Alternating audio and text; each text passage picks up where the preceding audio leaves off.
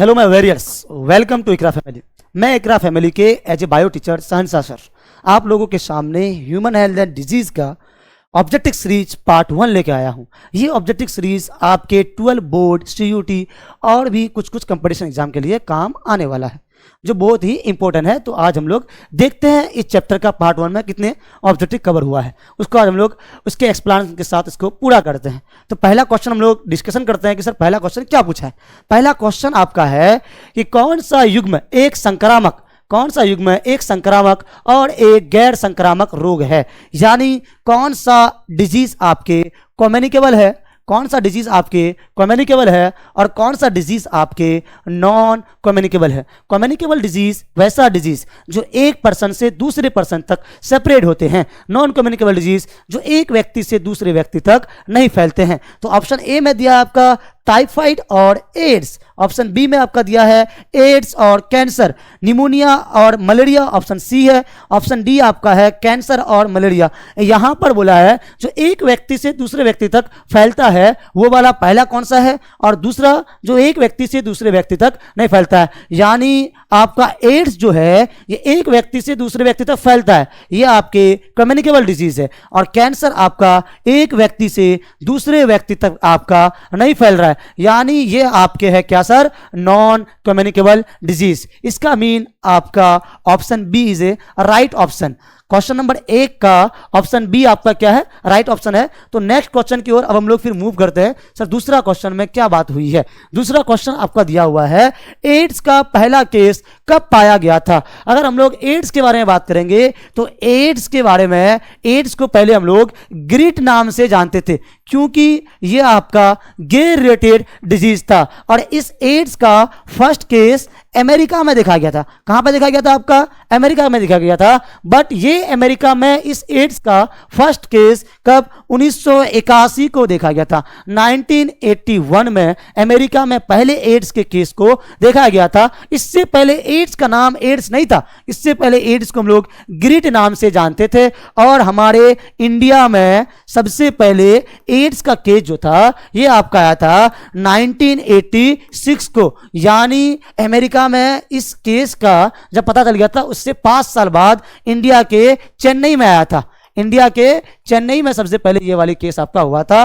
Option C आपका क्या है, राइट है। अब हम लोग नेक्स्ट क्वेश्चन की ओर अब हम लोग मूव करते हैं कि दूसरा क्वेश्चन आपका क्या आपका है। दूसरे क्वेश्चन में आपके आ जाते हैं हम लोग कि दूसरा क्वेश्चन क्या है, मलेरिया किस परजीवी से होती है। बहुत बढ़िया क्वेश्चन कि मलेरिया किस परजीवी से होती है। यहां पूछ रहा है कि मलेरिया कौन सा परजीवी, यानी मलेरिया के पैथोजन कौन है। पैथोजन तो आप लोग समझ ही रहे होंगे कि पैथोजन जो डिजीज प्रोड्यूस करते हैं। फिर ये पूछता है कि मलेरिया डिजीज किस परजीवी से, यानी किस पैरासाइट से प्रोड्यूस होते हैं। ऑप्शन ए में दिया आपका क्या, आपका दे दिया है ट्राइपैनोसोमा दे दिया है, फिर आपके दे दिया प्लाज्मोडियम, फिर आपके दे दिया है क्या बोलते हैं ग्यारेडिया, फिर आपको दे दिया है इंटा एमीबा।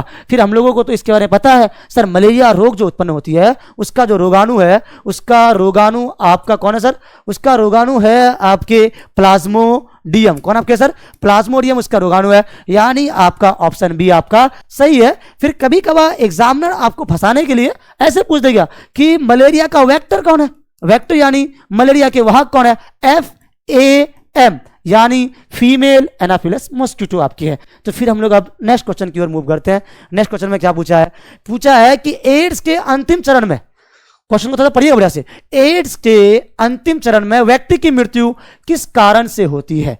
पूछ रहा है कि एड्स के अंतिम चरण में व्यक्ति की मृत्यु किस कारण से आपका हो रही है। फिर दिया है कैंसर, भाई कैंसर तो खुद में एक डिजीज है, कोई ऑप्शन बढ़िया नहीं है। फिर दिया है हृदयघात, ये भी तो नहीं होती है एड्स से। फिर दिया आपके द्वितीयक संक्रामक यानी अपॉर्चुनिस्टिक इन्फेक्शन, क्या पूछा आपका, अपॉर्चुनिस्टिक इन्फेक्शन। फिर दिया है श्वास रोकने से, मतलब ब्रीथिंग क्या रुक जाती है, ब्रीथिंग रुकती नहीं है। यहां पे आपका हो जाएंगे अपॉर्चुनिस्टिक, क्या आपके हो जाएंगे सर, आपका हो जाएंगे अपॉर्चुनिस्टिक इन्फेक्शन, यानी जब आपको एड्स होती है उसमें आपके शरीर के अंदर HIV आते हैं। क्या आपके शरीर के अंदर आते हैं, आपके शरीर के अंदर HIV नाम के एक वायरस आते हैं। ये HIV वायरस हमारे इम्यून सिस्टम को वीक कर देता है। हमारे इम्यून सिस्टम जब वीक होता है उसी समय अपॉर्चुनिस्टिक मतलब कोई दूसरा इन्फेक्शन करने वाले यानी कोई दूसरा पैथोजन आकर के दूसरे तरह के रोग को प्रोड्यूस कर देता है, जिससे क्या हो जाती है सर, मृत्यु हो जाती है। इसे हम बोलते हैं अपॉर्चुनिस्टिक इन्फेक्शन। यानी आपके क्वेश्चन नंबर 4 का option C is a right option. अब हम लोग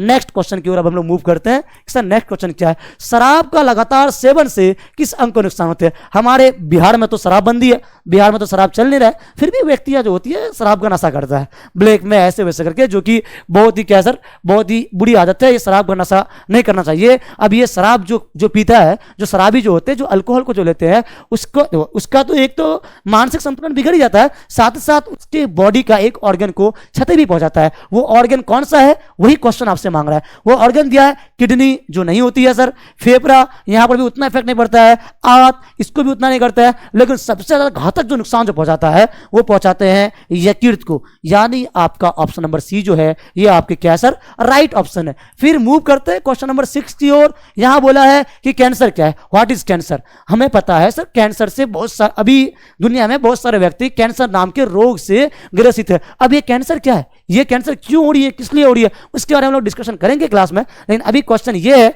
कि कैंसर कहते किसे है या फिर कैंसर है क्या। पहला दिया है एक वायरल संक्रामक, ये एक वायरल संक्रमण है। पहले क्वेश्चन में हम लोग देखें sir cancer is a non communicable disease. फिर दूसरा बोला है अनियंत्रित कोशिका विभाजन है। फिर बोला है हार्मोन की कमी, हार्मोन की कमी से डिफिशिएंसी होती है। फिर बोला है जीवाणु संक्रमण यानी बैक्टीरियल डिजीज। भाई कैंसर जो होती है हमारे शरीर के अंदर जो सेल होती है, हमारे शरीर के अंदर जो सेल होती है यानी जो कोशिका होती है, उस कोशिका का नॉर्मल सेल साइकिल को खराब करके, यानी यह आपका अनियंत्रित और अनियमित रूप से कोशिका विभाजन करती है। ये बोल रही है कि हमारे सेल का नॉर्मल सेल डिवीजन ना होकर के रैपिडली या फिर अनकंट्रोल रूप से अगर सेल डिवीजन हो रही है तो वह स्टेज कैंसर कहलाता है। यानी आपके क्वेश्चन नंबर 6 का ऑप्शन नंबर बी आपका क्या है, राइट है। फिर मूव करते हैं नेक्स्ट क्वेश्चन की ओर। नेक्स्ट क्वेश्चन में क्या पूछा है, निम्न में से कौन सा लसिका उत्तक नहीं है। यह भी क्वेश्चन बहुत बढ़िया है सर, कौन सा लिम्फोइड टिश्यू नहीं है, कौन सा आपके लसिका उत्तक नहीं है। लिम्फोइड टिश्यू के भी दो प्रकार होते हैं, प्राइमरी लिम्फोइड, सेकेंडरी लिम्फोइड। यहां पर देखते सर ऑप्शन में क्या क्या दिया है। ऑप्शन बोला है नहीं है, बच्चे गलती करते हैं, बच्चे पूरा पढ़ेगा नहीं, देख लेगा कि निम्न में से कौन लिम्फोइड टिश्यू है या फिर नहीं है, को देखेगा सिर्फ और सिर्फ इतना देख लेगा निम्न में से कौन लिम्फोइड टिश्यू। बच्चे को लगेगा कि लिम्फोइड टिश्यू के बारे में मांगा है तो बच्चे ऑप्शन ए को मार देगा, जबकि आपके लिम्फोइड टिश्यू प्लीहा भी है, टॉन्सिल भी है, थाइमस भी है। लेकिन आपसे एग्जामिनर क्वेश्चन क्या पूछा है कि कौन नहीं है। यहां पर नहीं वाला अगर पूछा है, इसका मीन होते हैं सर आपका प्लीहा तो है,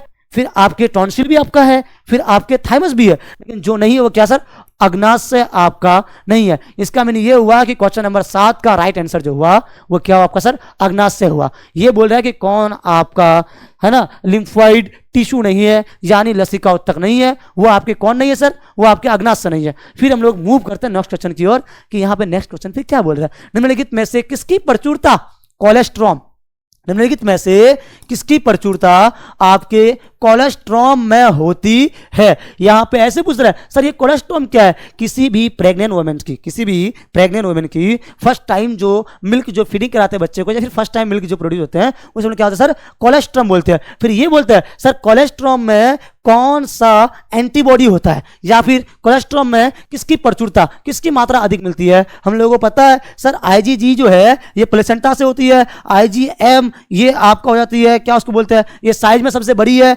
IgD आपके फिर ये आपके करते हैं मेम्ब्रेन बाउंड की क्रिया करती है, जबकि आपका IgA जो होता है ये आपका कोलेस्ट्रॉम में मैक्सिमम मात्रा में, अधिक से अधिक मात्रा में कोलेस्ट्रॉम में मिलता है। कौन सर, IgA। कौन मिलता है आपका, IgA। अगर क्वेश्चन पूछेगा निम्नलिखित में से किसकी प्रचुरता कोलेस्ट्रॉम में होती है, IgA होती है। या अगर ऐसे पूछ दे निम्नलिखित में से कौन सा एंटीबॉडी, ऐसे ही पूछ सकता है, निम्नलिखित में से कौन सा एंटीबॉडी कोलेस्ट्रॉम में उपस्थित होते हैं सर, IgA ही होता है। क्वेश्चन को घुमा करके भी पूछ सकता है आपको। तो फिर हम लोग नेक्स्ट क्वेश्चन की ओर मूव करते हैं। क्वेश्चन नंबर 9 में क्या पूछा आपका, क्वेश्चन नंबर 9 में आपका पूछा गया है कैंसर कोशिकाओं के प्रसार को रोकने के लिए क्या उपचार किया गया है। मतलब ये पूछ रहा है कि कैंसर जो होती है हम लोगों ने पढ़े थे अनियमित तथा अनियंत्रित रूप से कोशिका विभाजन का होना कैंसर कहलाता है। मतलब ये पूछ रहा है सर कैंसर सेल का प्रसार को रोकने के लिए क्या करेंगे। सिंपल सी बात सर, हम लोग कैंसर कोशिकाओं में अनकंट्रोल और अनसेफ रूप से जो डिवीजन होती है उस डिवीजन को हम लोग कैसे रोकेंगे। मतलब ट्रीटमेंट ऑफ कैंसर मांग रहा है। तो एक बोल रहा है सर सर्जरी के माध्यम से, मतलब ये बोलिए कि जहां पे जिस कोशिका में आपको कैंसर हुई है उस कोशिका को काट के भगा दीजिए और वो प्रसार करेगा नहीं और वो एक जगह से दूसरी जगह तक फैलेंगे नहीं। फिर बोल रहा है कीमोथेरेपी, मतलब आपके केमिकल के माध्यम से भी हम लोग रोक सकते हैं। फिर बोल रहा है रेडियोथेरेपी, मतलब हम लोग क्या सर किरण के माध्यम से भी हम लोग इसको रोक सकते हैं। यहां पे मांगा है क्या सर, कैंसर कोशिकाओं के प्रसार को रोकने के लिए किया गया उपचार है। मतलब सर सर्जरी भी है, कीमोथेरेपी भी है, रेडियोथेरेपी भी है, यानी तीनों का तीनों ऑप्शन अगर सही है तो ऑप्शन 4 में दिया है उपयुक्त में से सभी, ऑल ऑफ दिस, यानी आपका ये सर्जरी हुआ, आपकी कीमोथेरेपी हुआ, आपके रेडियोथेरेपी हुआ, ये सभी एक प्रकार के ट्रीटमेंट ऑफ कैंसर यानी कैंसर के प्रसारण को रोकने में क्या करती है सर, क्रिया करती है। अब मूव करते हैं क्वेश्चन नंबर 10 की ओर। क्वेश्चन नंबर 10 क्या पूछा है, कैंसर जन पदार्थ को क्या कहते हैं। कैंसर जन का मीनिंग हो गया सर कैंसर को उत्पन्न करने वाले पदार्थ को क्या कहते हैं। मतलब ये पूछता है सर कैंसर को जो पदार्थ प्रोड्यूस कर रहा है, कैंसर को जो पदार्थ प्रोड्यूस करता है उस पदार्थ को क्या बोलते हैं, उस पदार्थ को हम लोग बोलते हैं कार्सिनोजन। क्या होता है सर, कार्सिनोजन, यानी ऑप्शन ए ठीक है, कैंसर को उत्पन्न करने वाले कॉजिंग एजेंट जो होते हैं उसे कार्सिनोजन कहते हैं। यहां पे एक वर्ड है पैथोजन, पैथोजन का मीनिंग होती है जो डिजीज को प्रोड्यूस करते हैं उसे पैथोजन करते हैं, स्पेशली जो कैंसर को जो प्रोड्यूस करते हैं उसे क्या कहते हैं सर, कार्सिनोजन कहते हैं। अब नेक्स्ट क्वेश्चन की ओर मूव करते हैं। क्वेश्चन नंबर 11, हीमोजोइन क्या है। बहुत अच्छा क्वेश्चन है कि हीमोजोइन क्या है। जो बच्चे प्लाज्मोडियम के बारे में जानते हैं, यानी जो बच्चे मलेरिया के बारे में जानते हैं, उसको पता होगा कि हीमोजोइन क्या होती है। जब प्लाज्मोडियम परजीवी हमारे शरीर के अंदर जाता है तो उस समय एक विषैला युक्त पदार्थ को स्रावित करते हैं जिसे हीमोजोइन कहते हैं। जब हीमोजोइन जब उत्पन्न होते हैं तब क्या होती है, चील फीवर होती है, यानी कंपन बुखार उत्पन्न होती है। अब ऑप्शन को देखते हैं, हीमोग्लोबिन का प्रोगामी है, नहीं। स्ट्रेप्टोकोकस से उत्पन्न होती है, नहीं होती है। हीमोफिलस से निकलना विष होता है, नहीं होता है। अभी मैंने आपको बताया सर प्लाज्मोडियम संक्रमित कोशिकाओं से निकला विष होता है। हीमोजोइन जो निकलता है प्लाज्मोडियम से संक्रमित जो आपका जो कोशिका जो होती है उससे क्या सर, एक निकला विष होती है। ये ऑप्शन सी आपका क्या है सर, राइट ऑप्शन आपका है। या भी आपको ऐसे पूछ देगा कि हमारे शरीर के अंदर प्लाज्मोडियम जब इफेक्ट करता है, जब प्रभाव डालता है, प्लाज्मोडियम जब हमारे शरीर के अंदर इंटर करता है तो वो क्या करता है सर, हमारे शरीर में से एक विषैला यानी टॉक्सिक पदार्थ को क्या रिलीज करते हैं, उसे हीमोजोइन कहते हैं। हीमोजोइन जब उत्पन्न होते हैं तब क्या होता है, तब हमारे शरीर के अंदर यानी मलेरिया से ग्रसित व्यक्ति के शरीर के अंदर चील फीवर उत्पन्न होता है, कंपन वाला फीवर उत्पन्न होता है। जैसे अगर आपके ऊपर कंबल के ऊपर कंबल दे दिया गया फिर भी आप कांप रहे हैं। चलो नेक्स्ट क्वेश्चन की ओर हम लोग बढ़ते हैं कि क्या है आपका नेक्स्ट क्वेश्चन है, क्वेश्चन नंबर 12, एलर्जी की स्थिति में शरीर में कौन सा रसायन स्रावित होती है। बहुत अच्छा क्वेश्चन सर। हम लोग बोलते हैं कि मुझे एलर्जी है, इससे एलर्जी है, उससे एलर्जी है, साउंड से एलर्जी है, डस्ट से एलर्जी है, पॉलन से एलर्जी है। एलर्जी अब ये बोल रहा है सर हम लोगों में एलर्जी क्यों हो रही है, एलर्जी के कारण, मतलब एलर्जी जब हो रही है तो कौन सा केमिकल रिलीज होती है। सिंपल सी बात सर, एलर्जी जब हो रही है तो हमारे सेल में से एक सेल है मास्ट सेल, हमारे मास्ट सेल को इफेक्ट करता है। जैसे हम लोगों ने पढ़े कैंसर को उत्पन्न करता है कार्सिनोजन, रोग को उत्पन्न करता है पैथोजन, वैसे ही एलर्जी को उत्पन्न करते हैं एलर्जन। एलर्जी को उत्पन्न करने वाला कौन होता है सर, एलर्जन। देखो एलर्जन जो होती है हमारे शरीर के मास्ट कोशिका को प्रभावित कर हमारे मास्ट कोशिका से हिस्टामिन और सेरोटोनिन को निकालता है। किसको निकालता है सर, हिस्टामिन और सेरोटोनिन को निकालने का क्रिया करती है। अब क्वेश्चन क्या मांगा है, एलर्जी की स्थिति में शरीर कौन सा रसायन को स्रावित करता है। सर दो तरह के तो निकालता है, एक हिस्टामिन या एक सेरोटोनिन। अब देखते हैं इन दोनों में से कौन है ऑप्शन में। ऑप्शन में आपका दिया हीमोजोइन, सर ये तो होगा ही नहीं आपका। हिस्टामिन सर अभी ये तो आप पढ़ा है सर, हिस्टामिन निकल रहा है। फिर देखते हैं सेरोटोनिन है कि नहीं आगे में, उसको भी देना जरूरी है। आगे बोला इम्यूनोग्लोबिन, ये भी नहीं होती है। ऑप्शन डी में आपका एसिटाइल कोलाइन, मतलब क्या हुआ सर, यहां पे आपका ऑप्शन में सिर्फ और सिर्फ आपको मिला है कौन सर, हिस्टामिन, यानी हिस्टामिन इज राइट आंसर। अगर सेरोटोनिन होता तो आपको ए बी बोध देता है ना, सेरोटोनिन होने से ए बी बोध देता आपको। यहाँ पे हिस्टामिन रहेगा तो हिस्टामिन ठीक होगा, सेरोटोनिन रहेगा तो सेरोटोनिन ठीक रहेगा। हिस्टामिन और सेरोटोनिन अगर दोनों रहे तो एग्जामिनर तो इतना बड़ा तो ये तो नहीं है, एग्जामिनर आपको ए बी बोध देंगे ही। तो नेक्स्ट क्वेश्चन की ओर फिर से मूव करते हैं। क्वेश्चन नंबर 13, क्वेश्चन नंबर 13 में क्या बोला है, बी कोशिका का परिपक्वन यानी मैच्योरेशन कहां पर होती है। यह पूछता है कि बी कोशिका का मैच्योरेशन कहां पर होती है। जैसे हम लोग को पता है सर, दो तरह की कोशिका होती है, B cell, T cell. B cell और टी सेल दोनों बनता है कहां पर सर? बोन मैरो में। जबकि बी सेल आपका मेच्योर होते हैं बोन मैरो में ही, जबकि आपके टी सेल मेच्योर हो जाते हैं कहां पर सर? थाइमस में। यानी बी सेल परिपक्व होते हैं कहां पर सर? बोन मैरो, यानी अस्थि मज्जा में आपका बी सेल परिपक्व होते हैं। और थाइमस में कौन होती है सर? आपका टी सेल। कौन आपका होती है सर? टी सेल का परिपक्वन होती है थाइमस में, और बी सेल का परिपक्वन होती है बोन मैरो में। जैसे हम लोग इससे भी देख सकते हैं सर, बी सेल और टी सेल। जैसे हम लोग बोलेंगे सर, बी सेल ओरिजिनेट होती है बोन मैरो में, मैच्योरेशन होती है बोन मैरो में। टी सेल जो होती है ओरिजिनेट होती है बोन मैरो में, मैच्योर होती है थाइमस में। एग्जामिनर अगर घुमा दे, आपको ऐसे पूछ दे कि टी सेल परिपक्व कहां पर होती है? थाइमस में होती है। जबकि हमसे पूछा क्या सर, बी सेल कहां पर हो रही है? एकदम आसान से क्वेश्चन है, अस्थि मज्जा में हो रहा है, बोन मैरो में हो रहा है। नेक्स्ट क्वेश्चन की ओर फिर से मूव करते हैं। नेक्स्ट क्वेश्चन में क्या मांगा है? डेंगू किस मच्छर के काटने से होता है? भाई कितना अच्छा क्वेश्चन है। डेंगू किस मच्छर के काटने से होता है, यानी डेंगू का वेक्टर कौन है? डेंगू के आपका डेंगू वायरस को कौन हमारे शरीर तक छोड़ता है? उसे वेक्टर कहते हैं। उस वेक्टर यानी मच्छर। ये बोला है कि डेंगू किस मच्छर के काटने से होती है।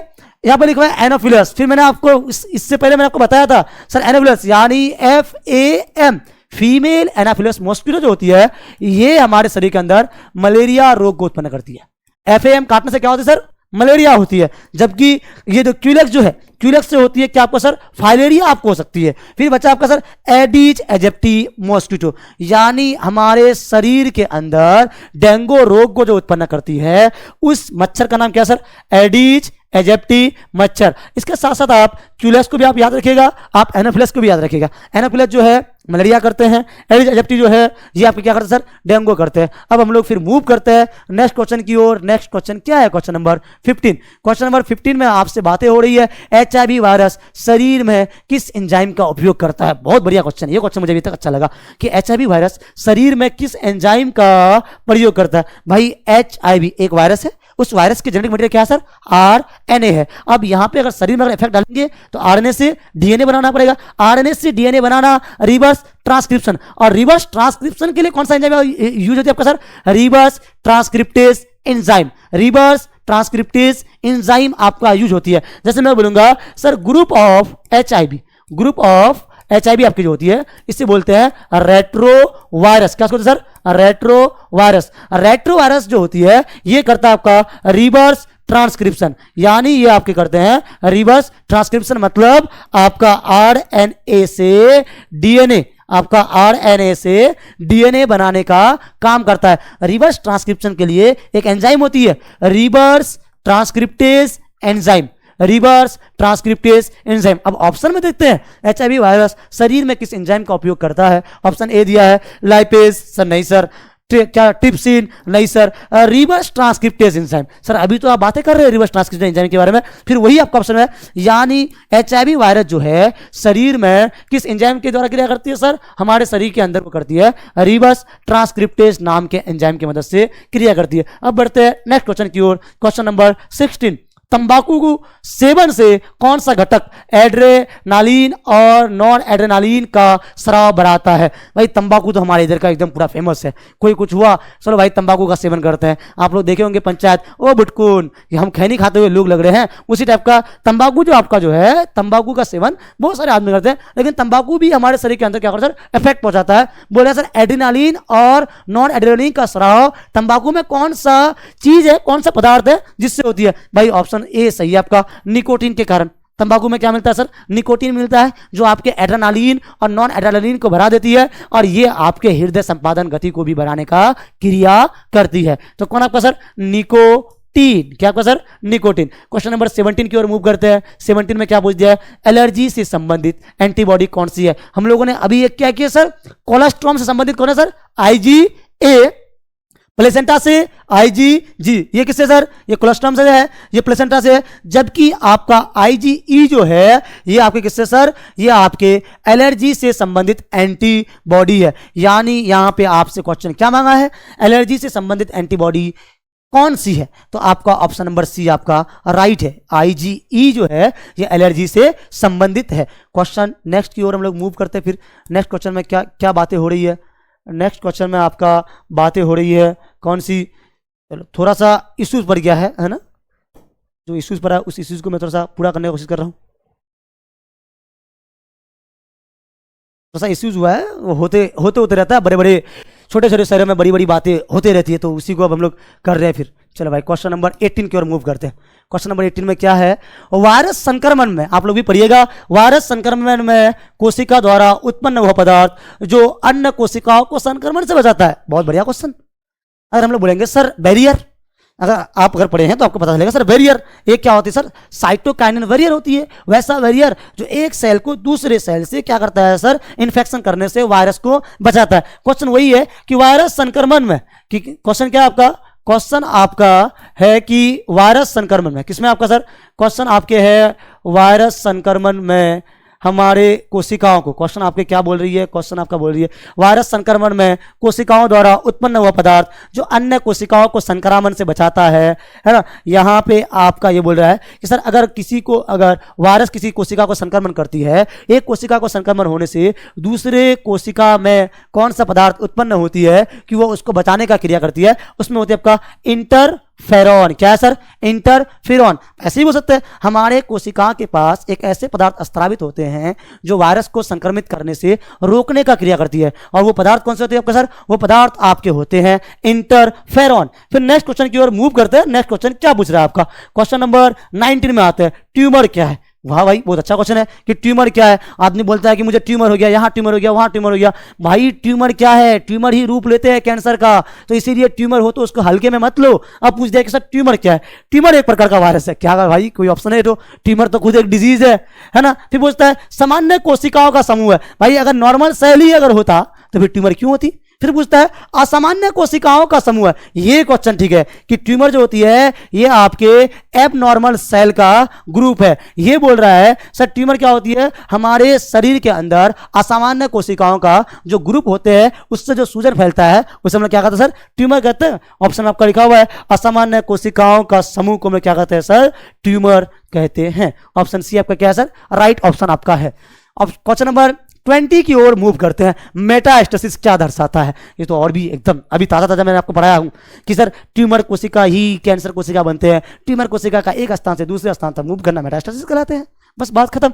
मेटास्टेसिस किसे कहते हैं, संक्रमण का प्रसार करना, कैंसर कोशिका का प्रसार करना, प्रसार मतलब फैलाना, वायरस संक्रमण करना, कोशिका विभाजन को कमी करना। भाई मैंने अभी तो आपको बोला कि सर आपका मेटास्टेसिस क्या है, मेटास्टेसिस वह प्रक्रिया जिसके अंतर्गत कैंसर कोशिका एक कोशिका से दूसरे कोशिका तक सेपरेट हो, प्रसारण हो जिसका, उसे हम लोग क्या कहते हैं सर, कैंसर, यानी उसे हम लोग कहते हैं मेटास्टेसिस। ऑप्शन नंबर बी आपका राइट है। अब हम लोग मूव करते हैं क्वेश्चन नंबर 21 की ओर। मॉर्फिन किस वर्ग का दवा है, मॉर्फिन किस वर्ग का दवा है। आप अगर एनसीईआरटी का ऊपर देखेंगे 12 का तो ड्रग्स को 3 भागों में बांटे हैं सर, अपोइड बांटे हैं है ना, कैनाबिनॉइड बांटे हैं हम लोग, 3 अलग अलग भागों में बांटे हैं। अपोइड जो है या आपके पॉपी प्लांट यानी पेपेवर सोमनिफरम से प्राप्त होती है। अपोइड का ही एक क्या है सर, वर्ग है, क्या सर आपका सर, मॉर्फिन। क्या सर, मॉर्फिन। अब ऑप्शन में देखते हैं सर मॉर्फिन किस वर्ग की दवा है, मैंने बताया आपको अपोइड है। अब देखते हैं सर अपोइड है कहां पर, स्टिमुलेट नहीं सर, सेडेटिव नहीं, हेलुसिनोजन नहीं सर,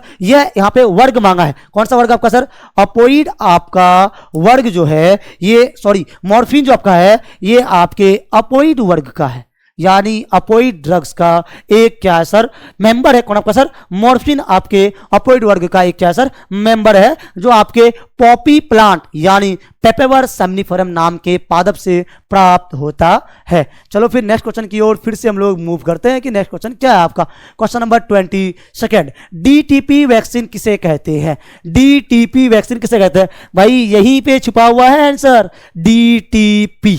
डीटीपी इसे हम लोग और एक नाम से जानते हैं, triple antigen vaccine, triple antigen vaccine. Exam में अगर ऐसे ना पूछे कि डीटीपी किसे कहते हैं, एग्जाम में अगर पूछ ले कि सर ट्रिपल एंटीजन वैक्सीन किसे कहते हैं, तब हम लोग बोल सकते हैं सर डीटीपी है ना, डिप्थेरिया जो उधर, diphtheria tetanus pertussis, dengue typhoid polio, malaria dengue TB, polio malaria HIV. भाई यहाँ पे तो पोलियो मलेरिया एचआईवी तो होंगे नहीं, मलेरिया तो होंगे नहीं सर, डेंगू फिर से आपका डेंगू टाइफाइड पोलियो ये भी आपका नहीं आ रही है। डीटीपी यानी ट्रिपल एंटीजन टीका जो होती है, डिप्थेरिया टिटनेस पर्ट्यूसिस। भाई D4 diphtheria, T4 tetanus, P4 pertussis, मतलब वैसा टीका जो डिप्थेरिया टिटनेस और पर्ट्यूसिस के लिए लगाया जाता है उससे बोलते हैं डीटीपी वैक्सीन यानी ट्रिपल एंटीजन वैक्सीन। और अगर इस मोड में क्वेश्चन ना पूछे तो बोर्ड का ज्यादा से ज्यादा मूड जो रहता है ऐसे पूछता है कि ट्रिपल एंटीजन वैक्सीन कौन सा डिजीज में लगाया जाता है। आपको एक जगह डिप्थीरिया दे देगा, टिटनेस दे देगा, पर्टुसिस दे देगा, फिर बोल देगा ऑल ऑफ दिस, मतलब चारों का तीनों का तीनों, फिर आप ऑल ऑफ दिस मार दीजिएगा, है ना। तो मूव करते हैं नेक्स्ट क्वेश्चन की ओर, क्वेश्चन नंबर 23। क्वेश्चन नंबर 23 पे क्या पूछा आपसे, यह पूछा है कि आपका क्या पूछ रहा है, देख रहे हैं थोड़ा सा, एड्स में कौन सी कोशिका सबसे पहले प्रभावित होते हैं। बहुत बेहतरीन क्वेश्चन, एड्स में सबसे पहले कौन सी कोशिका प्रभावित हो रही है। आपसे पूछ रहा है कि एड्स जो है यहां पर कौन सा कोशिका जा रही है आपके सर, एड्स, यानी इसके पैथोजन आपका हो गया कौन सर, इसका पैथोजन आपका हो गया HIV। क्वेश्चन आपको ऐसे ही पूछ सकता है कि HIV बॉडी के अंदर कौन सा सेल को पहले इफेक्ट करता है, यानी एड्स में कौन सी कोशिका पहले प्रभावित होती है, कौन सी कोशिका पहले इफेक्ट होते हैं। इसका मीन आपका हो जाती है सर टी हेल्पर सेल, यानी हेल्पर टी कोशिका को सबसे पहले इफेक्ट करते हैं एड्स, मतलब HIV। तो फिर मूव करते हैं नेक्स्ट क्वेश्चन की ओर। नेक्स्ट क्वेश्चन क्या बोल रहा है आपसे, आपसे मांग रही है HIV वायरस मुख्यतः किस ऑर्गन सिस्टम को प्रभावित करती है। देखो वहीं से क्वेश्चन आई है, HIV वायरस मुख्यतः किस ऑर्गन सिस्टम को प्रभावित करती है। यह पूछ रहा है सर HIV वायरस हमारे शरीर के टी हेल्पर सेल को इफेक्ट किया, टी हेल्पर सेल को अगर इफेक्ट किया, मतलब सर हम अगर दिमाग लगाएंगे कि टी हेल्पर सेल कौन सा ऑर्गन सिस्टम का सेल है, तो हमको मिलेगा सर टी हेल्पर सेल जो है ये हमारे इम्यून सिस्टम का क्या है सर, सेल है। यानी HIV वायरस हमारे शरीर के अंदर डाइजेस्टिव सिस्टम को सर नहीं करता है, रेस्पिरेटरी सिस्टम को नहीं करता है, नर्वस सिस्टम को नहीं करता है, ये हमारे शरीर में जाकर के इम्यून सिस्टम को प्रभावित करने का क्रिया करती है। कौन आपका सर, आपका HIV वायरस। तो मूव करते हैं नेक्स्ट क्वेश्चन की ओर। क्या बोल रहा है, HIV के संक्रमण की पुष्टि करने के लिए कौन सा टेस्ट किया जाता है। भाई थोड़ा सा इमेजिन कर, थोड़ा दिमाग लगा, अगर किसी व्यक्ति को अगर एड्स हुआ है या फिर किसी को अगर शंका है कि मुझे एड्स हुआ है, एड्स को करता कौन है, HIV करता है, यानी मुझे पहले जानना पड़ेगा कि मेरे बॉडी के अंदर HIV गया है कि नहीं गया है। तो सुंदर, यानी हमारे शरीर के अंदर HIV गया है कि नहीं गया है, उसके लिए तो हम लोग एक टेस्ट करेंगे कि मेरे शरीर के अंदर HIV गया है, तो कौन सा टेस्ट करना पड़ेगा। फिर वही वाली बात बोल रहा है कि HIV संक्रमण पुष्टि करने के लिए कौन सा टेस्ट किया जाता है। यहां पर आपका टेस्ट किया जाता है एलिजा टेस्ट। क्या सर, एलिजा टेस्ट। यानी देखो कभी कभी आपको ऐसे ही पूछ देंगे कि एलिजा का पूर्ण रूप लिखे, एलिजा का फुल फॉर्म लिखे, क्या है, एंजाइम लिंक एमिनो सॉर्बेंट ऐसे, कौन, एंजाइम लिंक एमिनो सॉर्बेंट आपका है। तो फिर मूव करते हैं नेक्स्ट क्वेश्चन की ओर। फिर क्या बोल रहा है आपका, कैंसर के उपचार में प्रयुक्त विकिरण चिकित्सा क्या होता है। कैंसर के उपचार में प्रयुक्त विकिरण चिकित्सा क्या होता है। अभी अभी हम लोगों ने पढ़े सर, कैंसर का ट्रीटमेंट करने के लिए आपका क्या था सर, आपका केमोथेरेपी था, आपका रेडियोथेरेपी था, आपका इम्यूनोथेरेपी था, आपका सर्जरी था। यहाँ पे सिर्फ और सिर्फ बोला है सर विकिरण चिकित्सा को क्या कहते हैं। विकिरण चिकित्सा को इम्यूनोथेरेपी नहीं कहेंगे सर, विकिरण चिकित्सा को केमोथेरेपी भी नहीं कहेंगे, विकिरण चिकित्सा को एंटीबॉडी थेरेपी भी नहीं कहेंगे। विकिरण चिकित्सा मतलब किरणों के माध्यम से जो चिकित्सा कर रहे हैं, तो वो क्या कहलाएंगे आपको सर, रेडियोथेरेपी। क्या कहलाएंगे आपके वो सर, वो आपके कहलाएंगे रेडियोथेरेपी, वो आपका कहलाएगा ऑप्शन नंबर बी जो आपका जो है ये आपका क्या है सर, सही है। फिर नेक्स्ट क्वेश्चन की ओर मूव करते हैं। नेक्स्ट क्वेश्चन में क्या बातें हो रही है, नेक्स्ट क्वेश्चन में आपका बातें हो रही है HIV निम्न में से किस कोशिका पर आक्रमण करती है। अभी तो बात की है सर, HIV यानी एड्स जो है हमारे शरीर के कौन से कोशिका को प्रभावित करते हैं, वो करते थे टी हेल्पर सेल को।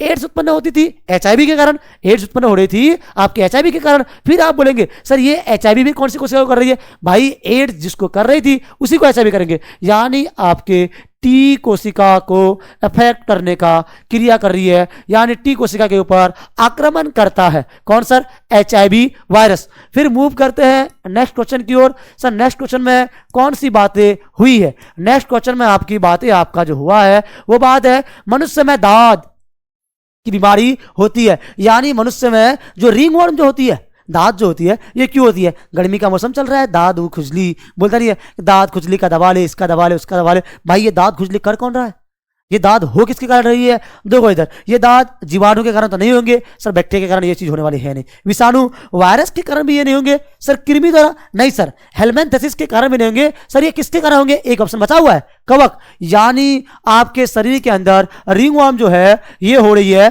फंगस के द्वारा। किसके द्वारा ये आपके शरीर के अंदर हो रही है सर, फंगस के द्वारा हो रही है। यानी आपके क्वेश्चन नंबर 28 का option number B is the right answer.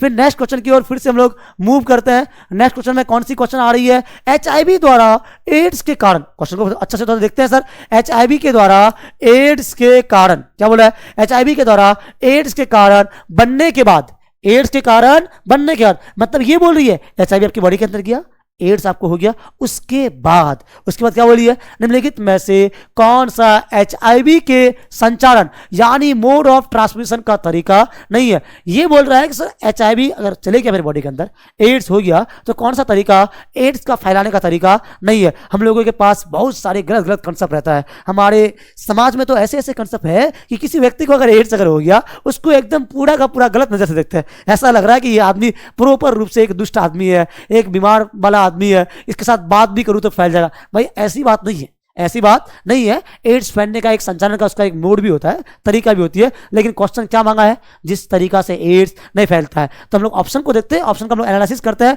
Sir संक्रमित रक्त के संचारण से, एकदम सही, आपका संक्रमित रक्त के संचारण यानी ये बोल रही है कि अगर किसी व्यक्ति को, यानी ये बोल रहा है कि किसी व्यक्ति में एड्स अगर फैलता है, अगर एचआईवी अगर फैलता है, मतलब उस व्यक्ति का, मतलब ये बोला कि सर किसी व्यक्ति का अगर संक्रमित अगर है, उसका रक्त का आप अगर डोनेट करेंगे, आदान प्रदान करेंगे, तो दूसरे व्यक्ति तक फैल सकती है। दूसरा बोलता है संक्रमित सुइयों के साझा से, एकदम सही सर, संक्रमित सुइयों के साझा से भी फैल सकती है। तीसरा बोलता है संक्रमित व्यक्ति के साथ यौन संपर्क से, यौन संपर्क, भाई इसको तो हम लोग एसटीडी बोले ही है, सेक्सुअल ट्रांसमिटेड डिजीज, और एड्स तो एक खुद सेक्सुअल ट्रांसमिटेड डिजीज है। अब देखो इधर यहां पे ऑप्शन क्या बोल रहा है, संक्रमित रक्त का संचारण से एड्स फैलेगा, संक्रमित सुइयों का साझा से एड्स फैलेंगे, संक्रमित व्यक्तियों के साझा के साथ यौन संबंध या यौन संपर्क करने से भी एड्स फैलेंगे। लेकिन क्वेश्चन बोला क्या सर, कौन सी तरीका के द्वारा एड्स नहीं फैलती है। तो कौन सी तरीका के द्वारा आपका एड्स आपका नहीं फैलता सर, आपका तरीका हो जाएंगे जिसके द्वारा एड्स नहीं फैलता है, मतलब संक्रमित व्यक्ति के साथ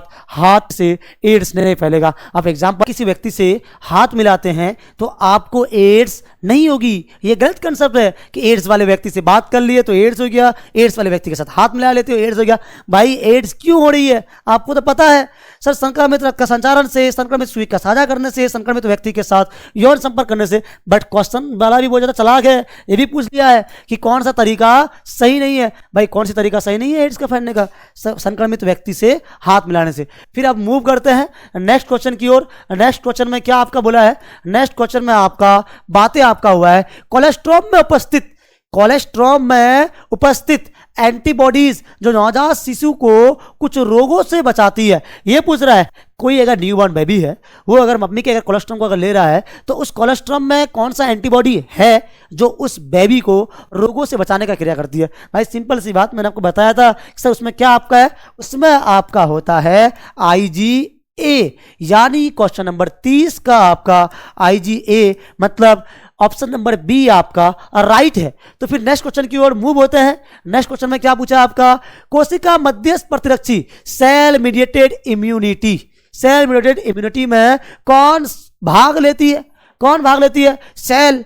भाई सेल आया, फिर आपके क्या है सर, टिश्यू आए इधर, यानी सेल मीडिएटेड इम्यूनिटी में, यानी सेल मीडिएटेड इम्यूनिटी में आपका भाग लेता है टी सेल, और बी सेल आपका जो है ये आपका रहता है ह्यूमरल मीडिएटेड इम्यूनिटी में। बी सेल आपके ले रहे हैं ह्यूमरल मीडिएटेड इम्यूनिटी में। अब ऑप्शन को चेक कर रहे हैं, सेल मीडिएटेड इम्यूनिटी में कौन भाग लेता है। भाई बी सेल तो नहीं लेते सर, बी सेल तो आपका भाग किसमें लेता है सर, बी सेल आपका भाग ले रहा है ह्यूमरल मीडिएटेड इम्यूनिटी में। लालत कोशिका तो होगी नहीं और मैक्रोफेज तो होगा नहीं। ऑप्शन बी आपका जो है ये ऑप्शन बी आपका सही है। फिर नेक्स्ट क्वेश्चन की ओर मूव करते हैं। नेक्स्ट क्वेश्चन में क्या बातें हुई है, निम्नलिखित में से कौन सा ग्रंथि जन्म के समय बड़ी होती है लेकिन उम्र बढ़ने के साथ साथ आकार में घट जाती है। बहुत अच्छा क्वेश्चन है ये आपका। ये बोल रहा है कि कौन सा हमारे बॉडी के ग्लैंड, कौन सा हमारे बॉडी के ग्लैंड जब हम लोग बर्थ करते हैं, यानी जन्म के समय हमारे बॉडी में बहुत बड़ा रहता है, लेकिन हमारे एज जैसे जैसे बढ़ते जा रहा है उस ग्लैंड का आकार वैसे वैसे घटते जा रहा है। तो उस ग्लैंड का नाम क्या है, उस ग्लैंड का आपका नाम है थाइमस ग्लैंड। क्या आपका सर, थाइमस ग्लैंड। सिंपल सी बात कि बर्थ के टाइम थाइमस ग्लैंड का शेप जो होता है ये बड़ी हुई रहती है, बट जैसे जैसे उस व्यक्ति का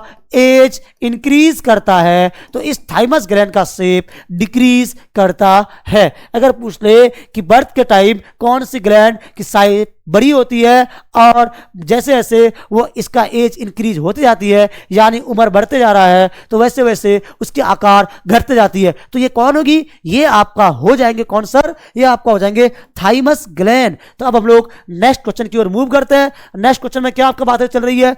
नेक्स्ट में आपका बातें चल रही है मानव में टाइफाइड बुखार का कारण क्या है। बहुत बढ़िया क्वेश्चन।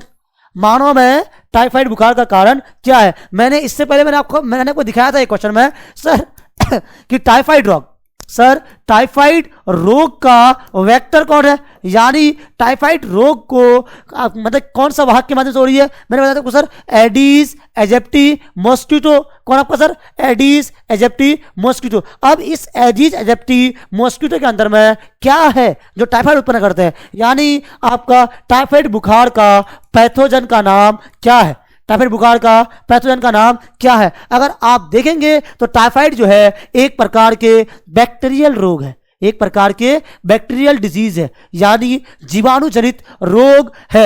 अब देखो सर प्लाज्मोडियम वाइवेक्स, सर ये तो जीवाणु तो है ही नहीं, प्लाज्मोडियम वाइवेक्स मेरा जीवाणु नहीं है, ये क्या है सर? ये आपका है प्रोटोजोआ। फिर आते हैं हम सर ट्राइकोफाइटोन, ये भी आपके जीवाणु नहीं है, है ना। फिर हम लोग आते हैं किसमें सर? Salmonella typhi. सर ये तो जीवाणु है, क्या इसी जीवाणु से उत्पन्न होती है? ये बात पता नहीं है। फिर आगे देखते हैं हम लोग राइनो वायरस। राइनो वायरस में सर वायरस आ रही है। टाइफाइड रोग को उत्पन्न करने वाले जो रोग कारक होते हैं, पैथोजन जो होते हैं, वो बैक्टीरियल होती है। और उस बैक्टीरिया का आपका नाम क्या है? उस बैक्टीरिया का आपका नाम है आपका साल्मोनेला टाइफाई। क्या नाम है इसका सर? Salmonella typhi. उस बैक्टीरिया का आपका नाम आपका है साल्मोनेला टाइफाई। यानी इस क्वेश्चन का आपका जो सही आंसर जो है option number C, salmonella typhi आपका जो है ये आपका सही आंसर है।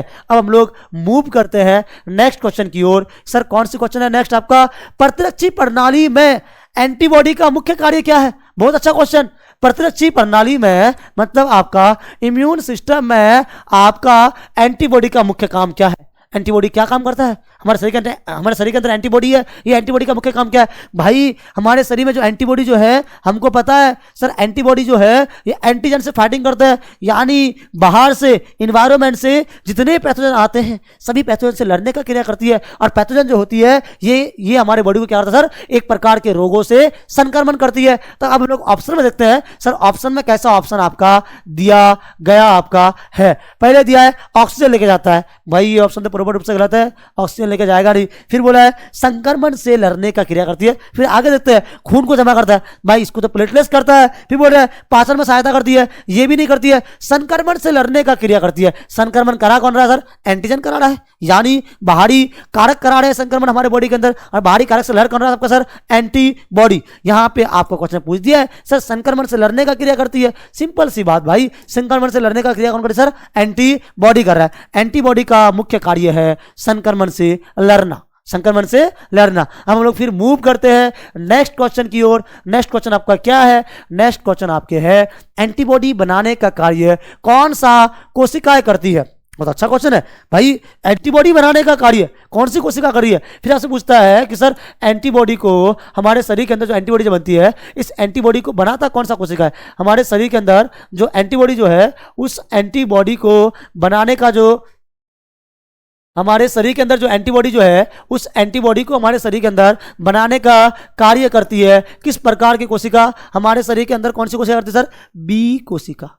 हमारे शरीर के अंदर एंटीबॉडी को बनाने की काम जो है बी कोशिका करती है। टी कोशिका हेल्प करता है, प्लेटलेट्स खून को जमाता है, और ये आरबीसी क्या आपका सर? लाल रक्त कणिका आपके है। मतलब हमारे शरीर के अंदर एंटीबॉडी बनाने का जो काम करता है वो करता है बी सेल। यानी आपके क्वेश्चन नंबर 35 का ऑप्शन बी आपका राइट है। मुझे आप लोगों के साथ मिलकर आप लोगों को पढ़ाने में बहुत ज़्यादा अच्छा फील हो रहा है, और मुझे पता है कि आपको भी लेक्चर बहुत ज़्यादा अच्छा लगे होंगे। तो इसके लिए, इस लेक्चर को देखने के लिए मेरे ओर से आप सभी को थैंक यू, आप सभी का मैं धन्यवाद करता हूं। यहीं तक मैं लेक्चर खत्म कर रहा हूं।